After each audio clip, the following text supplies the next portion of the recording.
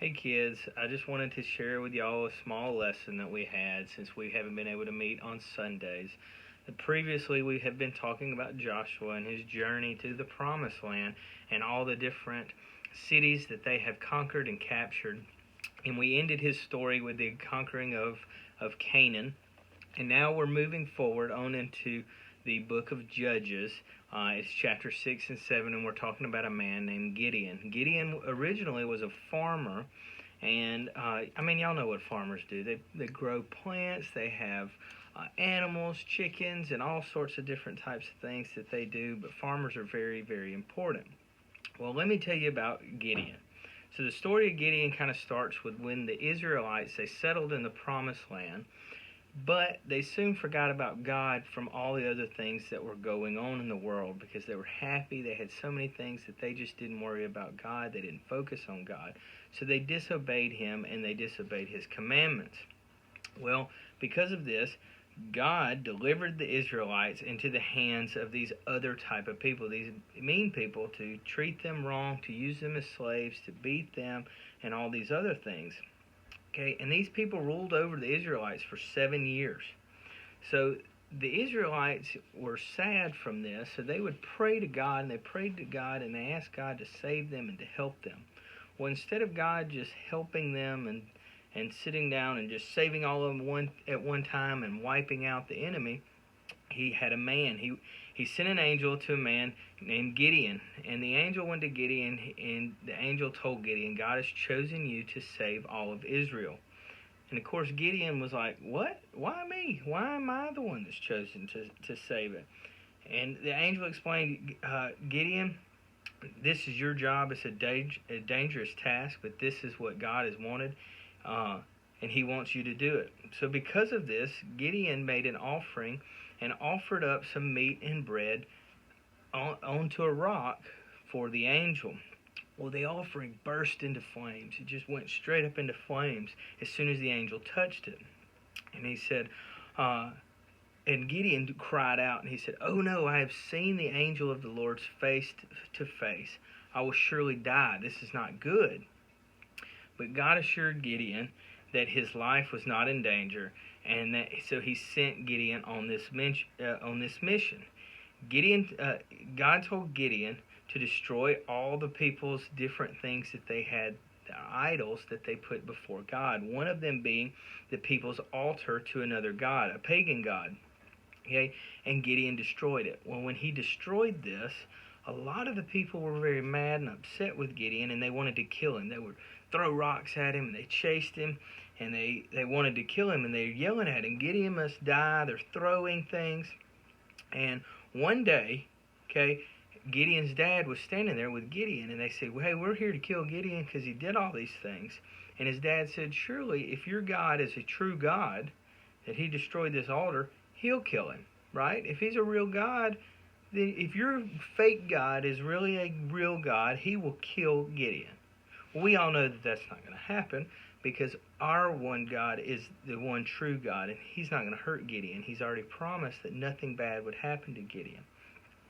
So, because of all of this, the Israelites and Israel was going to go to battle against these people, and they were going to fight these people so they wouldn't be slaves and they could defeat them. And that's what God was getting Gideon to do, is to build this army. So Gideon was a little bit shy and not understanding, and he wasn't 100% sure that that's what God wanted to do, so he did something, and he tested God. He took a piece of fleece, like some of our jackets are made out of, and different things like that. He laid it on the ground, and he said, if this fleece is wet in the morning from dew, and the ground around it is not wet, then surely God is telling me to do this. So he left. The next day he came back to it, and sure enough, the piece of fleece was wet. None of the around it was wet from the morning dew. And he said, maybe this is true. But let me try it one more time. So he got another piece of fleece and he laid it on the ground. And he said, if this piece of fleece is dry in the morning, but the ground around it is all wet from the dew, then surely God is telling me to do this. So he laid out a piece of fleece, He left it there all night, came back the next morning, and all the ground around it was wet, but that piece of fleece was not wet. Okay? And that's exactly what happened, is that the ground was wet and the fleece wasn't. And now Gideon was convinced that that's what God wanted him to do, was to get these people. So tens of thousands of soldiers answered Gideon's call to come and go to battle to defeat these evil people. Okay? But God warned Gideon that there were too many people. God wanted the world to know that it was not by the might of men, not by so many men that he might win this battle, but it was because God won this battle for them. Okay, so Gideon got up there in front of all of them, and he said, all right, anybody that might be frightened, you must leave now. So some of them left. Okay, there was only 1,000 left out of the 10,000. So God then told Gideon to take these who remained down to the riverbank. And God said, whoever drinks from the river by getting a cup, making a cup with their hands and drinking water, keep them. But anybody that drank out of the river like dogs or cats, like getting down there and licking the water or sticking their whole face in the water and soaking it up, you didn't want them. We only wanted the men that would cup the water with their hands. Well, after he did this, there was only 300 men left. So he went from 10,000 to 300 men. Not very many. So that night, Gideon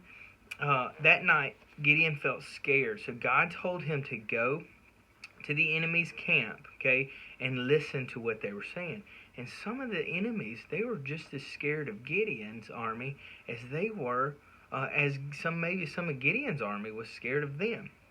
So Gideon's confidence, he felt good about it, it grew, and he returned to his camp. And this is what's very important. He gave each of his men one trumpet, okay, and he gave them a torch. All right, so there's only 300 of them. They all have a trumpet and they all have a torch. All right, and they all lit their torches as they gathered and circled around the enemy's army at night while they were sleeping. Okay, and they all blew their trumpets, and they had their torches lit. So when the enemy came out of their tents, they looked around, and all they could see were 300 torches all the way around them, and they thought they were surrounded and that they were all going to die. So they all got really scared. Okay, they thought it was a huge, really, really big army, but we know it was just 300 individual guys, and they all blew this. All blew their trumpets, and with their flames, it was scary. Okay, so the other army, they were so terrified that they fled and they ran.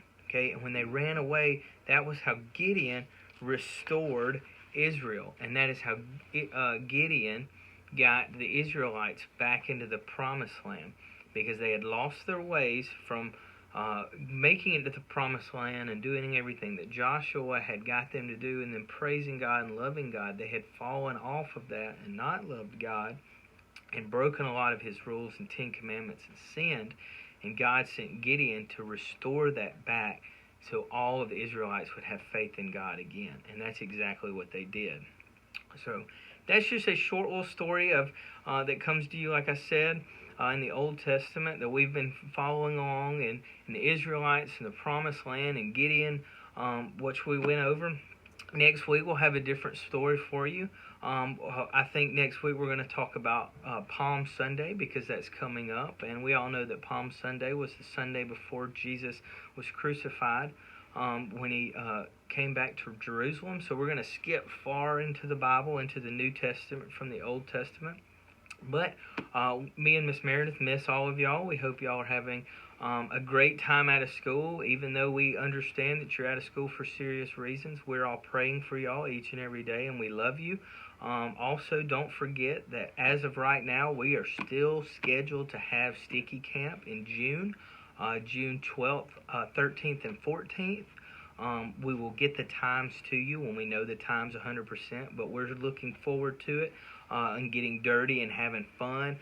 Brother Mitch has told me he's planning on being there, and he's saying that he's going to eat more donuts than all of y'all. So you need to make sure that you get ready and continue to read your Bible and pray. And when we can meet back together, we are looking forward to that. And like I said, we miss y'all. We love you. Bye-bye.